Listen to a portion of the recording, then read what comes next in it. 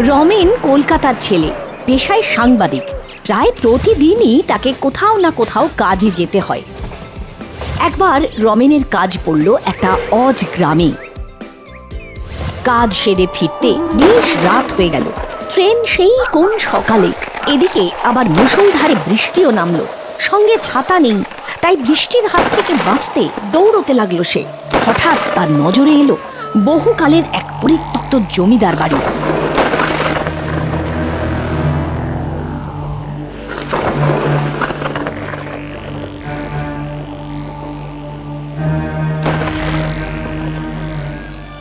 ও বাবা, এই যে দেখছি অনেক দিনের পুরো বাড়ি, তো থাকে বলে তো মনে হয় না।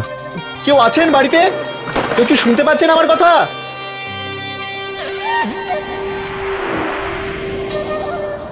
এটা কি ধরনের অভদ্রতা? বাড়িতে কেউ আছেন অথচ উত্তর দিচ্ছেন না।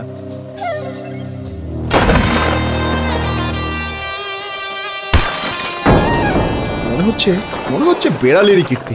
অবশ্য এত পুরনো বাড়িতে কেই বা থাকবে? কেউ থাকুক বা না থাকুক, ঝড় জলে রাতে মাথা গোঁজার ঠাঁই তো পেয়েছি। এই ঢের বাবা।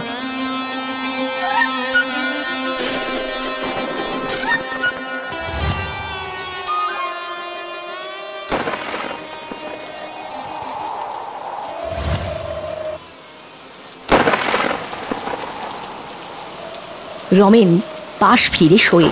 হঠাৎ মেয়েলি কণ্ঠে হাসির শব্দে রমেন চোখ খোলে। অন্ধকারে উঠে বসে সে।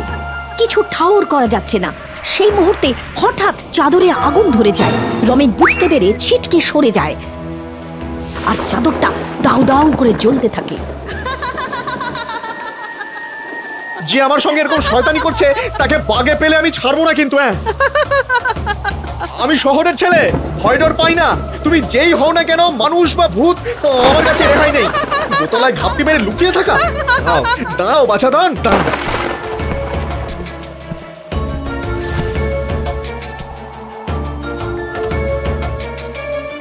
কে কে কে তুমি? আমি কোহেলি, এই গ্রামেই থাকি। তুমি বুঝি এই গায়ে নতুন? হ্যাঁ, আমি আজই কলকাতা থেকে এসেছি। আমার নাম রমেন। তা এত রাতে এই বাড়িতে একলা একলা কি করছো? গ্রামের মোড়লের খুব লোভ এই বাড়িটার উপর। উনি চান না এই বাড়িতে লোকজন থাকুক। তাই এই বাড়িতে কেউ এক রাত থাকলে আমাকে মোড়লের কথা মতো ভূত সেজে লোককে ভয় দেখাতে হয়। গাঁয়ের লোকেরা এই পুরনো বাড়ি নিয়ে তখন দারুণ গল্প ফাঁদে। বাহ, বুদ্ধিটা বেশ ভালো তো। আমি কিন্তু ভূতে বিশ্বাস করি না। তা তোমার বাবা মা কোথায়? মোড়ল তাদের আটকে রেখেছে, তাই বাধ্য হয়ে অভিনয় করতে হয়। আজ তুমি এখানে থাকবে রাতে?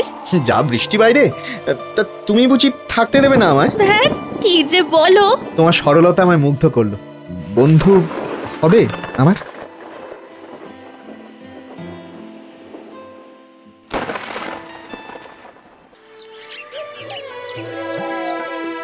রমেন ব্যাগ গুছিয়ে স্টেশনে গিয়ে দারুণ হতাশ হয় শেষমেশ।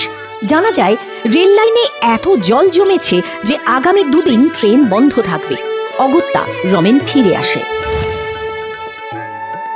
চা দেখি একটা। নিন। আপনি এই গায়ে নতুন দাদা? হ্যাঁ, বৃষ্টির জন্য কাল থেকে আটকে গেছি। রাতে কোথায় যাব বুঝতে পারছিলাম না। শেষে গায়ের ওই জমিদার বাড়িতে আশ্রয় নিলাম। কোথায়? কেন, ভূত আছে বুঝি? ওই বাড়ির ইতিহাস আর কতটুকুই বা জানো? আমার ঠাকুরদার সময় জমিদার বাড়িতে আগুন লাগে। সেই ভয়ঙ্কর আগুনে সব পুড়ে ছারখার হয়ে যায়। শোনা যায় জমিদার বাড়ির কনিষ্ঠা কন্যা বাড়ির মায়া কাটাতে না পেরে আজও রাত বিরেতে ঘুরে বেড়ায়। কি সুন্দর গল্প ফেলেছে। তা গাঁয়ের মোড়ল এসব জানে? জানেন বলেই তো গ্রামের মানুষদের ওই দিকে যেতে মানা করেন। উনি আমাদের ভালো চান কিনা। এ তো বুঝতেই পারছি।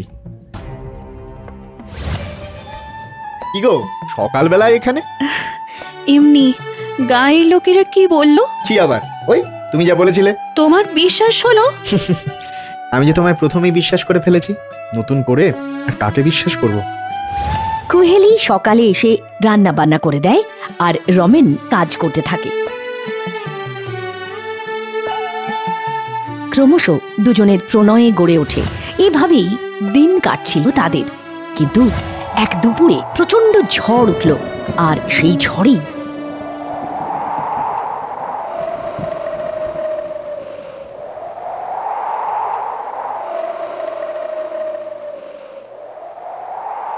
ঝড়ের সময় ছাদে কি করছো? আমার কিছু হবে না, তুমি যাও, আমি যাচ্ছি।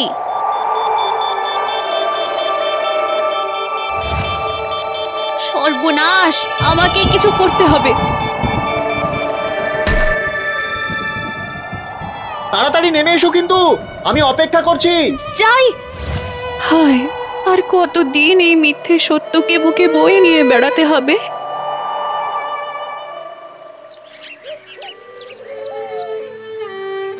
তুমি চলে যাচ্ছ?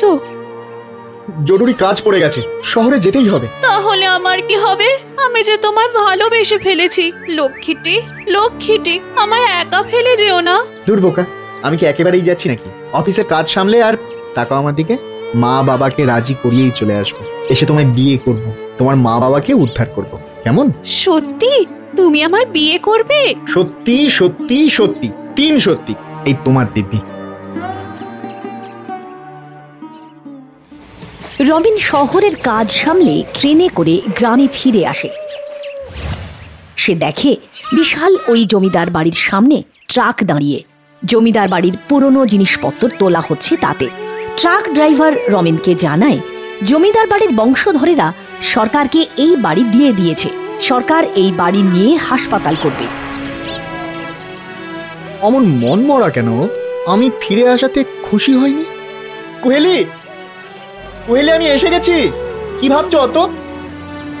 আরে এটা কোহেলির ছবি না? এখানে কি করে এলো?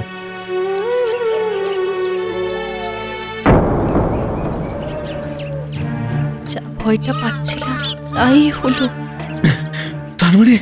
তার মানে গ্রামের মানুষ যা বলেছিল সব সত্যি। আমি আমি এতদিন যাকে ভালোবাসলাম সে ভূত। ও মা, ও মা।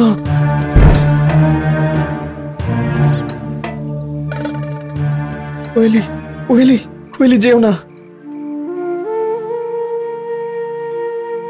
আমি জানি এ সবই স্বপ্ন। আমি জানি। স্বপ্ন নয় কিছু, যা যা আজ হয়েছে সব সত্যি। আমাকে খুব ভয় পাচ্ছ তাই না? কি বলবো জানি না, তবে এইটুকু জানি ভালোবাসার মানুষকে ভয় পায় না কেউ। তবে আমি এখন জেনে গেছি তুমি কে। প্রথমে বিশ্বাস হচ্ছিল না, কিন্তু এও সম্ভব। যাই হোক, আমায় নিঃসন্দেহে মারতে পারো এখন। ভালোবাসার মানুষকে কাছে নাই বা পেলাম, তার হাতে তো মরতে পারছি। এই কি কম সুখ? তুমি কি করে ভাবলে যে আমি তোমায় মারবো? মারার কথা আমি ভাবতেও পারি না। প্রথম দেখায় ভালোবেসেছিলাম বলে মিথ্যে বলেছিলাম, যাতে তুমি ভয় না পাও। যদি ভালো না বাসতাম, অন্য কারোর মতো তুমিও আমাকে দেখতে পেতে না। কেঁদো না, কেঁদো না, কেঁদো না কোহেলি, কেঁদো না। শোনো, আমি ঠিক করেছি তোমায় বিয়ে করব। কিন্তু ভূত মানুষের বিয়ে কিভাবে সম্ভব? তা ঠিক, কিন্তু আমরা তো একে অপরকে ভালোবাসি, তাহলে বিয়ের কি দরকার বলো তো? আমরা বরং একসঙ্গেই থাকবো, দুজনে অনেক দূরে গিয়ে একটা ছোট্ট ঘর বাঁধবো। সেখানে শুধু তুমি আর আমি। আমাদের কেউ আলাদা করতে পারবে না, কেউ না। কি রাজি? এতদিনের মায়া কাটিয়ে কোহেলি বাড়ি ছেড়ে চলে যায়। ঠিক সেই মুহূর্তে বিনা মেঘে বাজ পড়ে কাছে কোথাও। চারপাশ ঝলসে ওঠে সাদা আলোয়।